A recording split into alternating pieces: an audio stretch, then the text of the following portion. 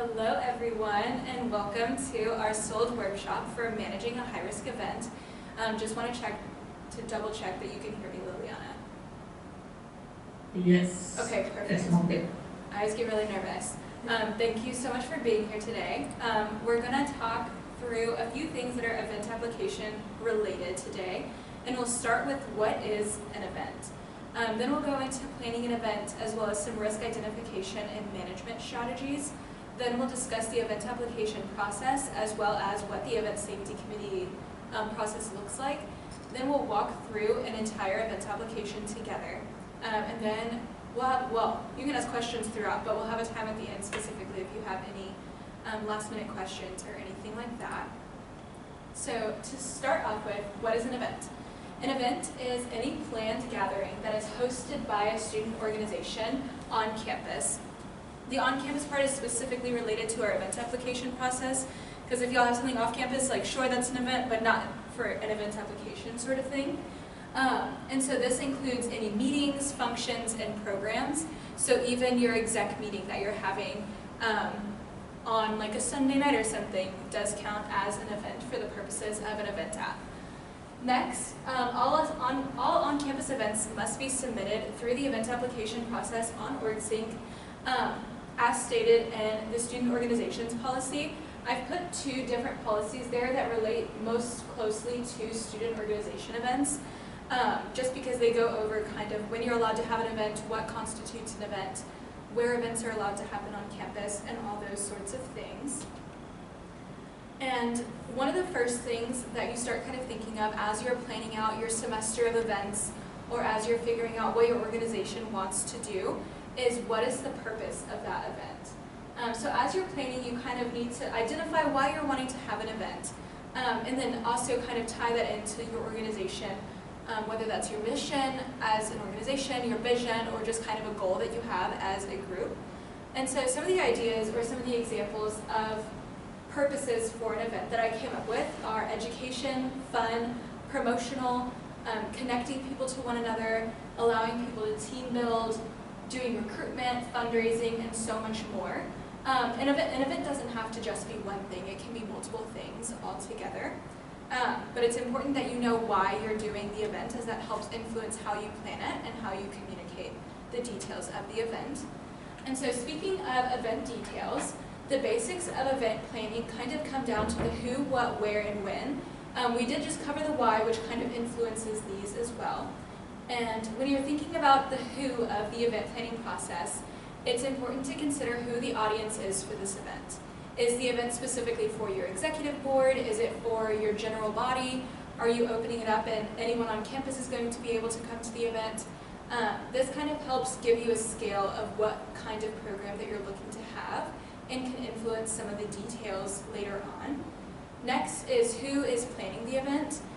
It's important to decide as a team who is going to be taking charge of certain aspects of event planning, as well as who is going to be in charge of achieving certain goals or tasks for that process, such as who is making the marketing materials, who are the vendors going to be, who is going to pick up the pizza from Pizza Hut, this is not sponsored, for the event. And so there's a whole list of who is ... that kind of relates to the other parts of the event application process. The next thing that you think about is the what, and this goes into what is going to happen at the event specifically. Is there going to be music? Is there going to be entertainment of other types? Is there going to be food? That sort of thing. And then this can also influence what your pre-event checklist items are. What are those things that you need to accomplish before you enter into the rest of your planning period? And then lastly, what needs to happen after the event? What kind of record keeping needs to happen? What kind of follow-up needs to happen? That sort of thing. Next is the where. Where will this event take place? On campus, you're looking at generally classroom spaces, any of the special event spaces such as the Union, the Coliseum, any of the big outdoor spaces, that sort of thing. The next is where are you going to store your event materials? If y'all are ordering things ahead of time, where are those going to be kept? Is it going to be kept in someone's apartment? Do y'all have an org locker? If you need an org locker, let us know and we'll give you some more info. And then next is where will you keep notes and records? It's important as you plan events and pass them down from one generation of executives to the next, that you're keeping good records and notes so that people don't have to reinvent the wheel each time they want to host the same event. And creating consistency in the way that you navigate record keeping is super helpful across the board and not just for event planning. And then lastly, the when. When will this event happen? What is the timeline of the event in terms of setup, tear down, actual event structure, as well as what is the timeline of planning? Are we going to start planning at our exec meeting that's this weekend, or are we going to wait until the one that's the first weekend in April? Or not April, February, whatever month comes next. And then next to consider is when do tasks need to be accomplished? Are there any deadlines that you need to keep in mind related to ordering, related to promoting, anything like that? And after the event, it's important to practice reflection, reporting, and record keeping, as well as giving the opportunity for your student organization to debrief. As a reflection, you can kind of ask yourself, what went well in this organizational event? And what didn't go well? What kind of just went as planned and it wasn't exceptional or anything like that? How can the volunteer or attendee experience be improved?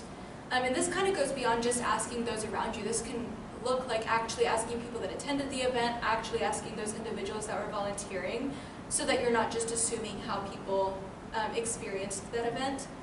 And next is, what information do you wish that you had known prior to the event? What are those key facts or nuggets of information that would have really influenced and improved the way that you navigated the event planning process or the event execution process?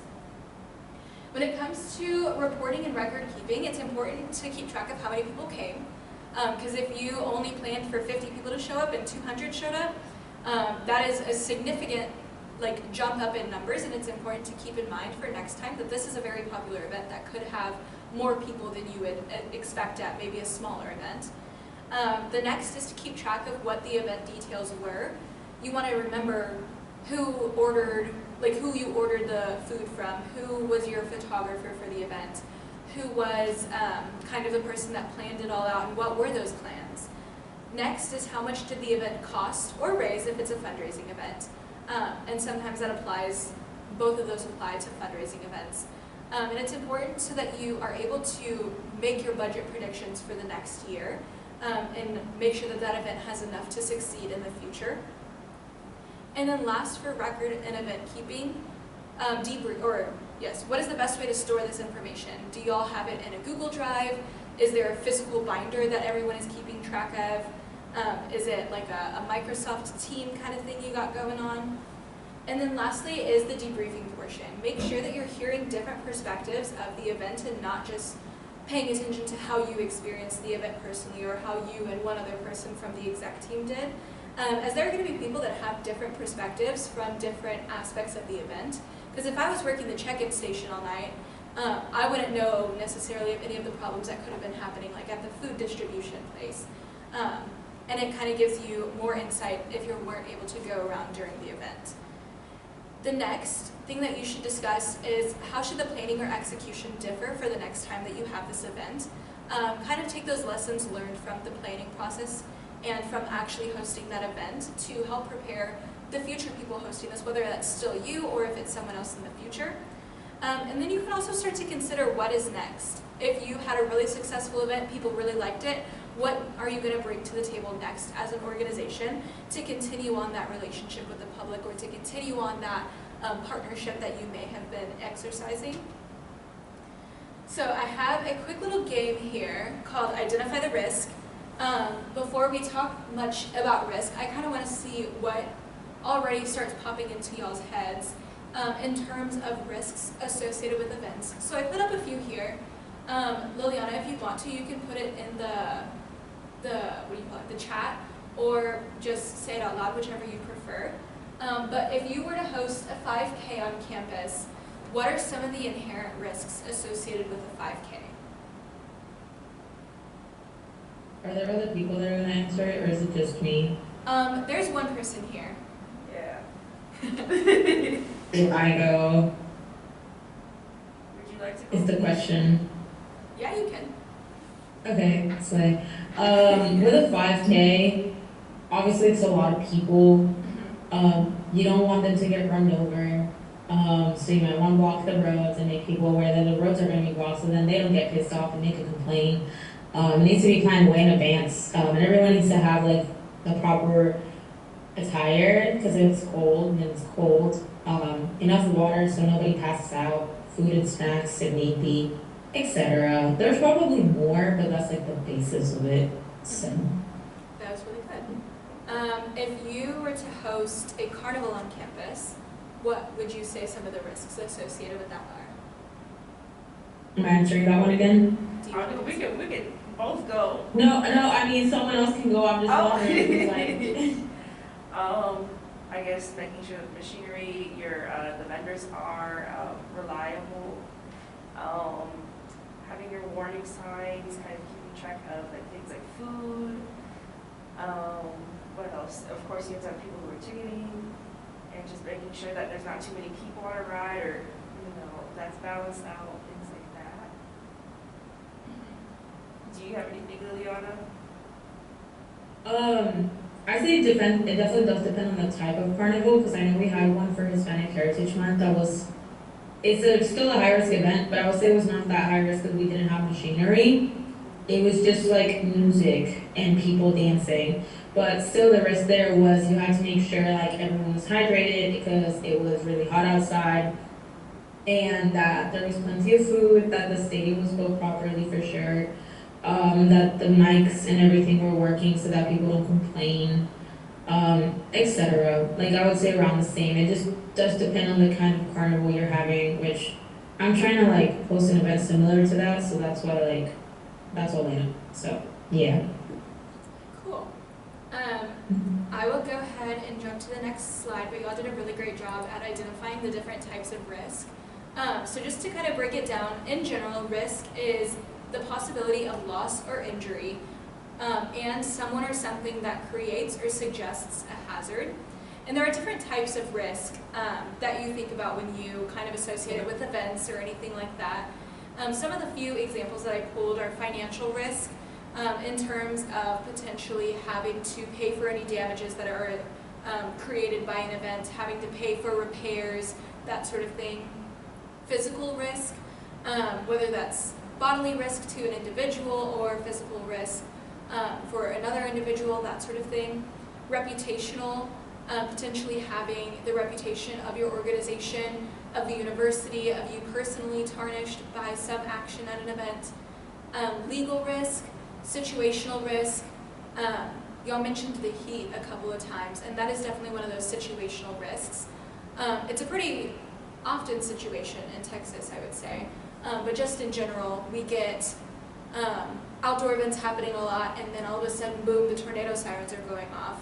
And then you have to have that moment of, okay, what's happening here? Is it the first Wednesday of the month? Okay, yes, like it is, it's just a test, or okay, something is happening. And then next is material risk, which can look potentially like if you're having a tie-dye event and the dye that you're using happens to have some sort of chemical in it that's harmful for skin or can be irritating. That's something to keep in mind. And there are various levels of risk. Like you were mentioning with your carnival, for the carnival that you went to for Hispanic Heritage Month, there are different levels associated with different types of events. That's kind of what this little color wheel is for, because like, if this is the area of risk that you're in, there's like different levels even within that level of risk. And so it's a very multifaceted kind of concept to talk about. And here on the left side of the screen, the right side of the screen, we'll have to cut that, no. Are some of the elements of an event that can increase the level of risk specifically at UNT. These are kind of things that we recognize as those elements of risk. And it includes the presence of minors, not including TAM students, food or drink that's present, physical activity, cash handling, hazardous or potentially dangerous materials such as dyes, sharp objects, chemicals, equipment rentals, guest speakers, the presence of animals, not including service animals of course, the risk of bodily harm, a high attendance in general or a high off-campus attendance, alcohol being present, the potential for hazing, an outdoor event, we have to consider the weather and different outdoor aspects, whether it's like the holes in the ground, where they're going to be mowing the lawn that day or not, that that sort of thing. Heavy machinery and structures or exhibits, as well as the possibility of closing off public thoroughfare. Are there any from this list that are kind of shocking? You were like, oh, like I didn't think of that being a risk or anything like that? No, those all seem fair to me for sure, because when you work at jobs, these are like some of the basic things that you also learn in a workplace too. So, yeah. Sometimes we get people that are confused about the food or drink and guest speakers. And with the food and drink, sometimes, like when you're having a big caterer come in for an event, that's a different level of risk than like having a bag of chips at your meeting. And then with guest speakers, kind of the example I'm always giving students is like, if your guest speaker is Beyonce, and you're bringing Beyonce to campus, yes, it's a really cool thing, but that's also risky because then like thousands of people are going to come to meet Beyonce, and we might get overrun. But when it comes to risk management, there are a few different strategies that you can employ, or different mindsets that you can have as you view the different risks that you're processing through. So risk avoidance is the complete elimination of one or more risk factors that completely gets rid of that risk. So let's say you're having some sort of like outside fair thing, and you're going to have a mechanical bull at the event. To completely avoid the risk associated with having a mechanical bull, which could include somebody injuring themselves, it could include injuring like property around it, depending on how heavy the machine is, and everything like that. You can decide, hey, too big of a risk, we're just going to scratch it or scrap it. I think it's scrap. We're going to scrap it and just get rid of the mechanical bull entirely. And then risk control is the modification, substitution, or isolation of a specific kind of risk. So a modification to this mechanical bull would be potentially having padding added onto it to prevent any head injuries. So that like if somebody goes flying and they hit their head, they'll at least hit something softer than like a hard plastic shell. A substitution would just be choosing a different game, whether that's something to do with another carnival game or just like having another activity entirely.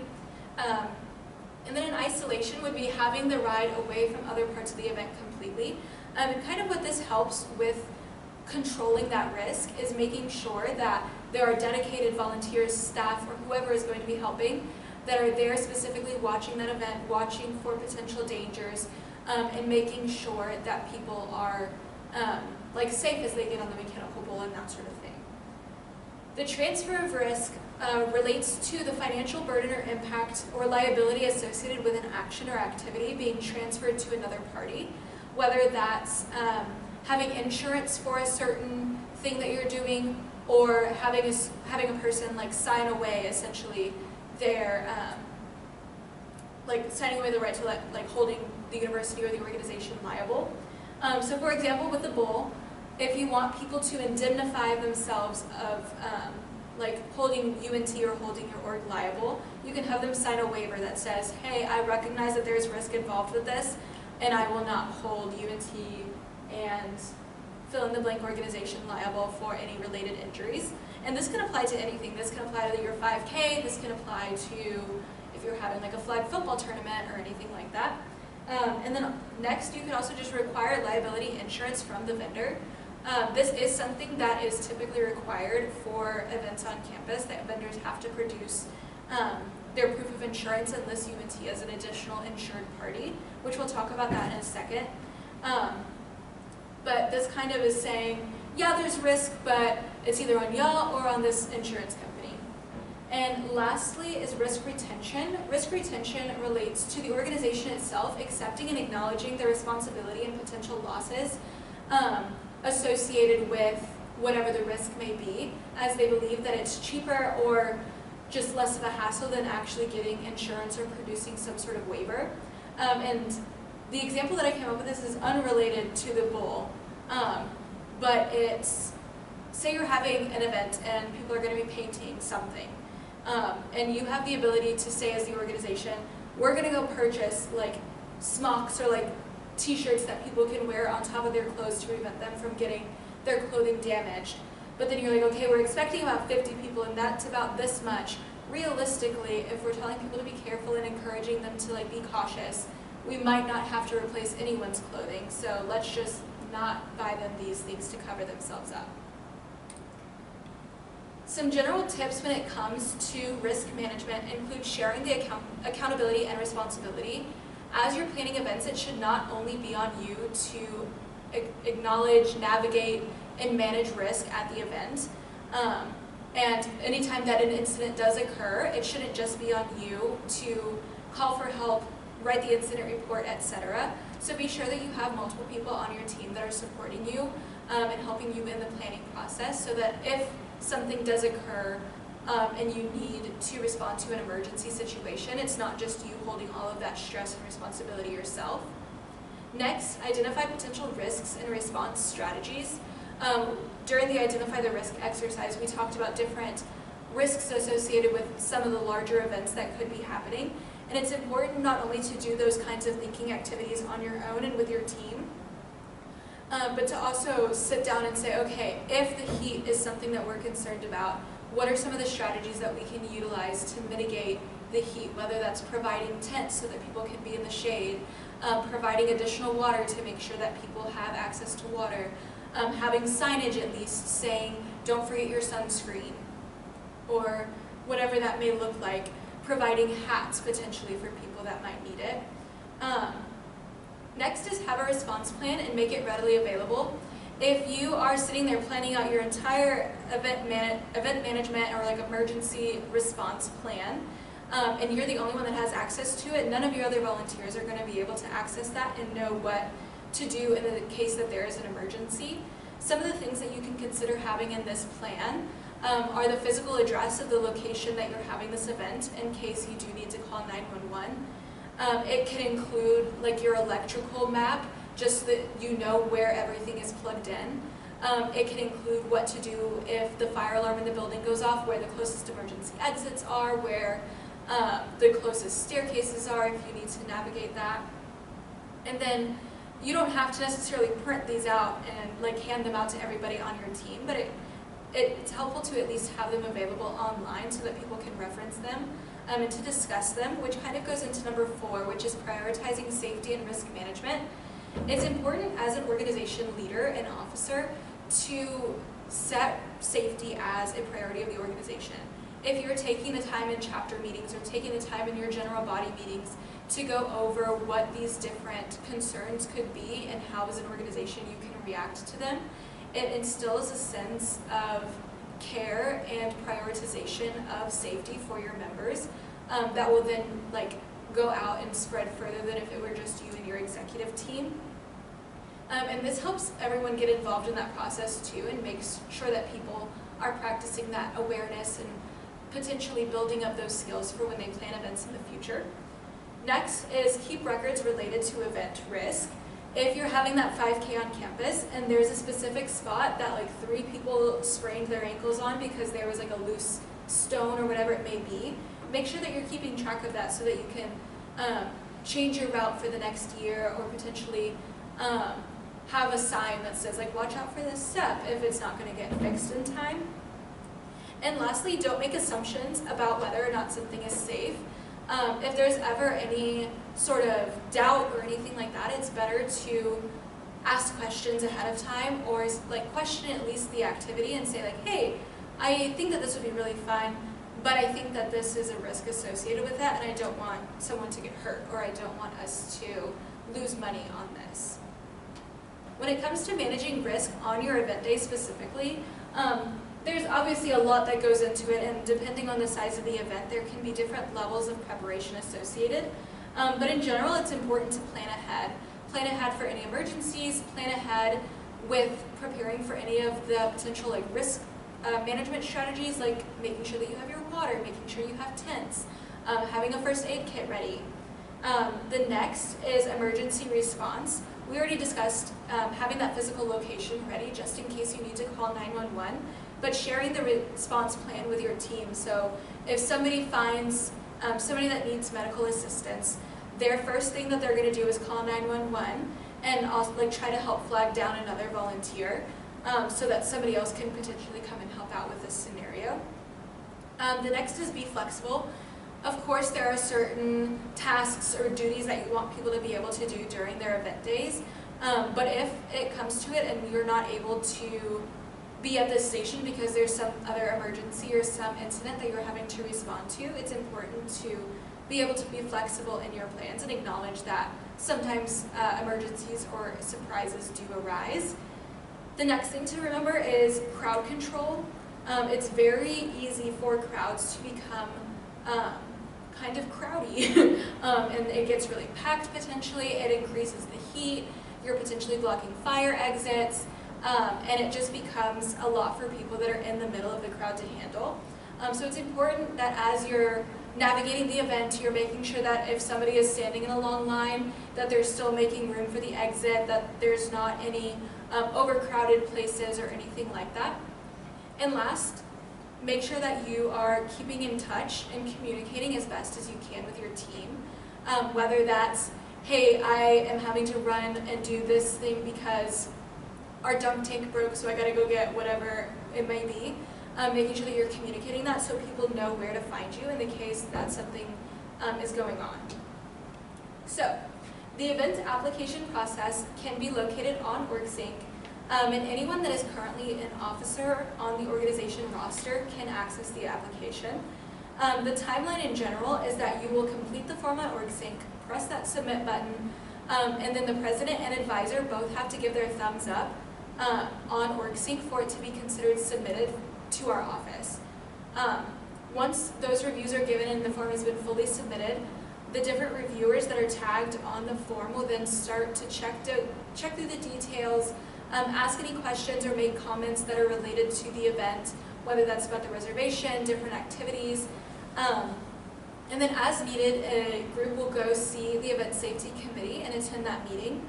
And then complete their event safety planner, which just goes over the different stipulations discussed in that meeting, whether that's requiring wristbands at your event, requiring the organization to have a walkthrough of the event space beforehand, and then after all of those are completed, the event is either approved or denied.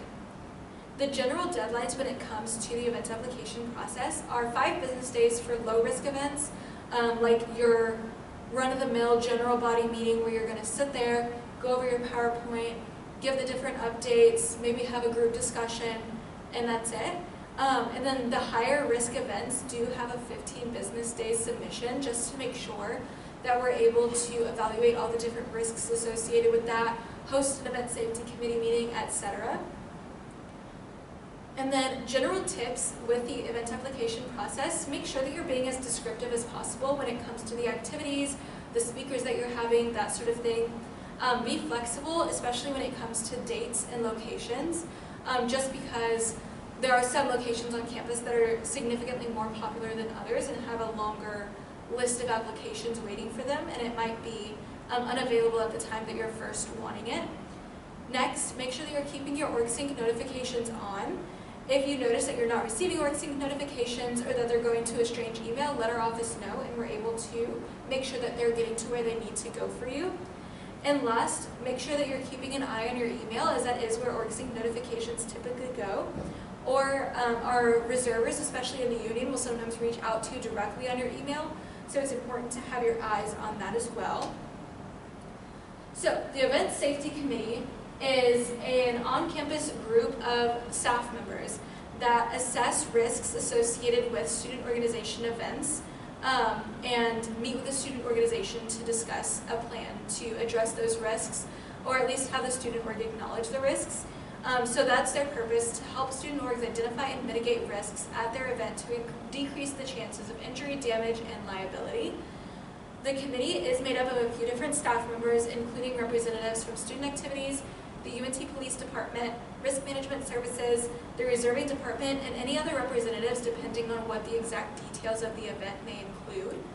And our meeting times for this semester are Mondays at 1:30 p.m. via Zoom, and we have a backup meeting available Thursdays at 11 a.m. also on Zoom in case you happen to have a class or you have your standing work schedule and aren't able to make it during the general Monday time.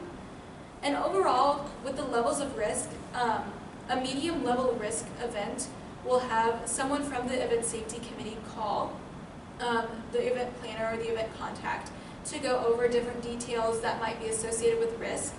And then if it's a high-risk event, the ESC will have that Zoom meeting with the student organization during the regularly scheduled meeting times.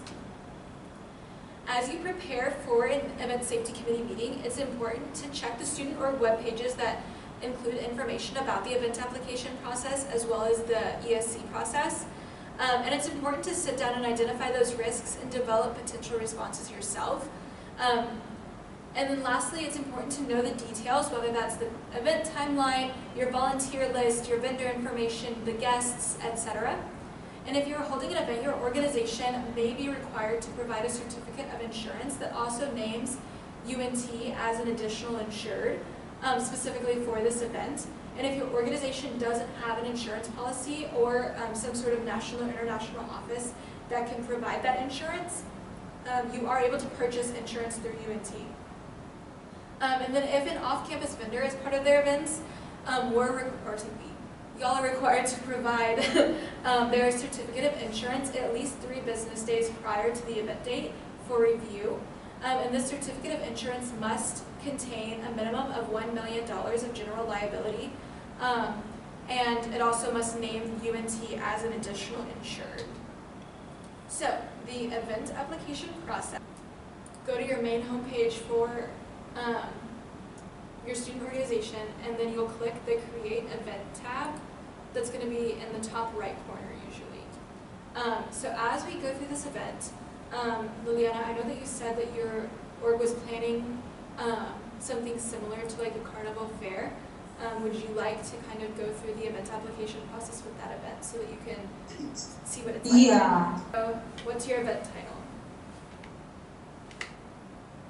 Okay, it's kind of in Spanish, so I don't know if you can like type it out, but let's just do salsa night as like a basic idea that I'm having. Okay. And then what's the theme that you want associated with that? Dancing, like, or similar to the carnival, like where everybody was just dancing to music. Okay, can you see on the screen, it has arts and music, athletics, cultural, fundraising, group business, learning, service, social, and spirituality. I say cultural. Okay. Because it's cultural dancing. And then for your description can be kind of however long that you want, and this portion of it is the part that gets advertised on WorkSeek itself. So if you click on your event, this is what they're going to see as the description. Sure, I'm actually writing what I want to write. Yeah. So, what's the organization name? Puerto Rican Student Association. Yeah, or PRSA, that works. And that's also nice. Yeah, that's like a good example. And this is also where you can include, like, if people can join virtually, if there's like a bring a canned good with you, or like that sort of thing, you're able to put that in here as well. Okay. Then you have the ability to add additional organizations as co-hosts. So if you happen to be hosting it with somebody else, you could put that there. And then this time and place portion is pretty important in terms of how this event is advertised on WorkSync. This one is just going to be a one-time event, but if in the future when you're making your series event reservations, it's best to add all of your dates right here so that they are all popping up on the WorkSync calendar as they come around. Such as like general meetings? Yeah. So I'm just going to put a random date on here for this event so that it's just kind of all there. And so this is where you'd also add the location. You don't have to show a map, you can if you want, but I'm just going to put that it's in the Union. And then the event visibility, you have the option to show it to the public, to show it only to students and staff at UNT, organization members only, or invited users only. Okay. So usually if you only want students to come, I would put the students and staff at UNT. So that Okay. anybody who has signed into their account has access to it. And then you're able to select certain categories. Can you see the list on your screen? Yes. Okay, which ones? I think you can select multiple, so which ones would you like to select? I would say cultural for sure, and if there was anything related to dancing, so maybe like arts. I'm not sure. Yeah, we do arts. Okay. And then with your events, you're able to assign certain perks to it. So if you're planning on having food there, free stuff, or credit offered for like a class, you're able to put that there. Okay. The next page goes over the RSVP settings for your event. And so usually people say no one just because a lot of people don't necessarily use OrgSync as their attendance counter. But you're able to select anyone or only invitees. Invitee? I don't know how to say that. Invitees, yeah. Yeah. And so you can change the setting to who is able to RSVP. And that just impacts the number of organizations that are, not organizations, the number of individuals that are allowed to RSVP to the event to say that they're coming, if they're allowed to bring guests, if they're allowed to represent an organization. But for now, I'll put no one just for the sake of time. That's fair. And then you're able to set up a post-event feedback survey that goes out to any attendees that said that they were attending. And this is totally optional, you don't have to include this. But if you happen to want to, you could. Okay. And then this page for the uploading photo is important because this is what will pop up as the event cover on OrgSync. And so sometimes OrgSync will automatically just give you an image. But if there's ever an image that you want to upload that has the details of the event, your contact information, or your social media for the organization, that's how you're able to kind of advertise a little bit more through OrgSync. But I'll skip it for now because I don't want to upload anything from whatever downloads exist on this computer. And so as you'll start to navigate the different event applications that you're submitting, be sure to read the information that's in the blue. It goes over general updates or policies related to the process. So currently, event applications for spring 2024 are being accepted. And the breakdown of this page is very important, specifically with this first question. Because if you are going to be on campus at all, even if you already have a reservation through a faculty advisor, you went directly to the department, you still need to click yes. Otherwise, it won't tag any reservers or reviewers and your event application will get denied. Okay. So always put yes here, unless you genuinely are meeting off campus. If you're meeting off campus, you don't have to put the no. Or you don't have to put yes and you can put no. Okay. But then, are you hosting this event in a fraternity or sorority house? I'm going to say no. And then, is this a tabling only event? For event applications, if a student organization is only tabling and that's the only thing that's happening, they're not doing the pie in the face, they're not doing a dunk tank, they're not soliciting cash donations, anything like that. You would, if you're just tabling, you go through the union directly and you don't have to go through OrgSync. Just because there's not really, it's not really an event and it's very controlled by the union. So then we'll say no, it's not just tabling only. And then you read through these couple of blue portions that talk about having the president and advisor listed accurately on your organization's portal to make sure that you're able to get approval from them for this event application. And then it discusses the student organization's policy regarding student organizations not reserving on behalf of another entity. So if there were a community group in Denton that wanted to host something on campus and they DM'd you on Instagram and were like, hey, can y'all reserve this room for us? That's not allowed because they have to go through their own reservation process. That's very fair, yeah. Yeah, so we don't have random groups on campus. But then this portion goes over the procedures in details, and it's very important that you watch the event management training video prior to completing the events application, especially for people that aren't able to make it to this training today, or they just need a refresher. So you have to have watched that. And then in general, when you submit an events application, the org must provide as complete information as possible and make sure that it's as accurate. And the deadline specifically, like we mentioned earlier, depends on the level of risk associated with this event. And this kind of breaks down the deadlines of the event safety committee process. So you just have to say that you acknowledge that. And then I'm going to put my information in here just so that you don't have to air your stuff out in front of everyone. But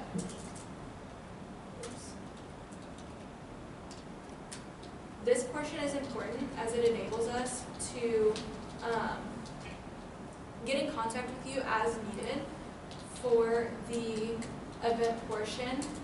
If we happen to have any questions and you're either not responding on the event application, or if you have a specific question for us, that we have your contact information down and so we see that you're responding about this specific event. Finish this up.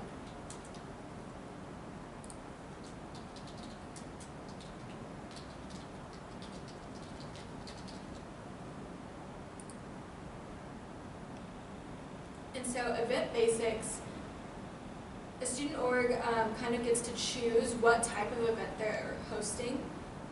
And so based on this, I'm going to put dance and social. And then is your student organization co-sponsoring? I'll put no just so that you don't have to type anything else, but essentially you would just list out the co-sponsors. And then are you wanting to have this outside or inside? I'm going to say inside. So when it comes to reserving spaces, the way that this portion of the form works is you have to select as many options as you'd be willing to meet in terms of, like, if you're willing to meet in the union and a classroom and potentially you're willing to meet in a university space and you're also willing to meet in a housing space. Make sure that you're selecting those just to make sure that those reserves are getting tagged just in case. But for this event, what kind of meeting space are you thinking of? I think the ballroom is a fair place. I went and put university event spaces on there. And so when you tag the union, they'll have a couple of questions regarding audio-visual needs. So I'm just going to put that yes, you'll need projection and speaker system. And then you can also get in contact with whoever is scheduling your event to make sure that you have what you need. And then this portion covers the different preferences. Since you're wanting to meet in a union ballroom, I would just put union ballroom, 314 as your number one choice, and then union 333 as your second choice. But if you happen to be hoping to host this in classrooms, this is where you could put first choice is Matthews, second choice is Sage, and then third choice is environmental science. And then if you're ever doing a larger scale event where you're going to need multiple rooms, let's say for this event you were wanting to also have a room for food and then a dressing room type thing, because you were going to have people have the ability to change clothes and that sort of stuff. You would put here oh, we need this room for this room for this, and this room for this. Okay. And then this portion kind of breaks down what you want as your date, time, and everything. The crazy thing, or you can say annoying, I guess, thing is that you have to type it in month, date, year. You can't just put 1/26/24. You have to put the full thing. So I do recommend copying and pasting it at this point so that you don't have to type out the year. That's super fair. And typically we do ask that you put different dates if possible, but just for the sake of this, I'm going to put the same date for all of them. And I can't remember what I put as the time, but let's just say you're going to get there at 6 to set up, and then you want the event to start at 6:30, and then it's gonna end at, let's say 8:30, and you'll be done cleaning up by 9. Yes. And then if you had any date clarity, like if you only needed certain rooms for a certain period of time, you could do that. And so this page goes over the different activity details, and this is one of the important pages in terms of making sure that if your event needs to get seen by the event safety committee, that you're tagging our event safety committee chair. So for your event specifically, we'll put physical activities since y'all are going to be dancing. And then I'm just going to put like salsa dancing here, so that the person that's reviewing it sees that information. And then if you happen to be renting any equipment from an off-campus vendor, this is where you would include that information. So like for this, if you were wanting to have a big photo booth, you would have to put in here that you were having a photo booth. And then on the next page, you provide the contact information and insurance information and everything like that. Animals may be present at the event, I'm going to say no. But if you were doing like a petting zoo or like a therapy dogs event, that's where you would say yes and describe what you were doing. For food, when it comes to food from an off-campus catering or like restaurant or anything like that, it's important that you have an unexpired health permit from them to provide us, otherwise that delays our review process. But for the purposes of this workshop, I'm going to put not serving food and not serving drinks. But those options that you select do get reviewed by food safety, just to make sure that we're preventing as much issues related to food as possible. And then let's say at this event you are also going to have, you're having dancing, and then you'll have like giveaways. So here's where you could say like you're having giveaways for attendees, just so that we know that that's what's happening. And the next page goes over different attendees. So we'll just say that y'all are marketing on social media and through flyers. You're not going to market off campus just because you want to focus on the students. And then are you selling tickets or charging admission? If you are selling tickets and like you're going to be accepting cash, usually we at the event safety committee will discuss what potential plan there is for like dropping off potentially large sums of money and that sort of thing. The event being open or not to other orgs, I put yes. And then these attendance questions are very important for helping us make sure that you get a space that's going to fit your event. So when it comes to attendees, how many student attendees do you think you're going to have? Around as many people as the carnival, so maybe like 100 or 200, hopefully. So. And then for employees, I'll just put 5 as like a random number. And then off campus, I'll put 0. And then I'll put 155 for total. This question is very important, where it says, in reviewing your responses to the previous 2 in-person attendee numbers above, please select yes if the anticipated number of non-UNT or off-campus guests is greater than 10, or the anticipated number of total attendees is greater than 100. This is a question that confuses people a lot just because there's kind of a lot going on in the question. But just make sure that you're like reading that carefully to compare to your numbers. And then, are you inviting minors 17 and under? If you were, you would just have to say who was coming. Like if people were inviting their families and siblings and that sort of thing, you could just explain that. And then here you have the opportunity to discuss a guest speaker. So if y'all happen to bring somebody in, you would just put their name and their like affiliation. So like if, for example, you're bringing somebody in from like the city of Denton and they work in like the risk management office. And they're going to come and like give a speech. That's where you put that. And then once you have finished all of this, for reservation purposes, you have to select like a letter range so that the right reserver gets tagged. So since y'all are a P, easy, yeah. And then these statements of understanding kind of go over just confirming that the information that you have submitted are correct and accurate. That if you need to make any changes, you're going to let us know that you want to make a change if it hasn't been approved yet, but if it's been approved, you're just going to submit a change request. And then it discusses reporting changes in event activities, specifically for things that you change after the event has already been approved, just making sure that everything is getting approved and is getting run through the event safety committee and that sort of thing.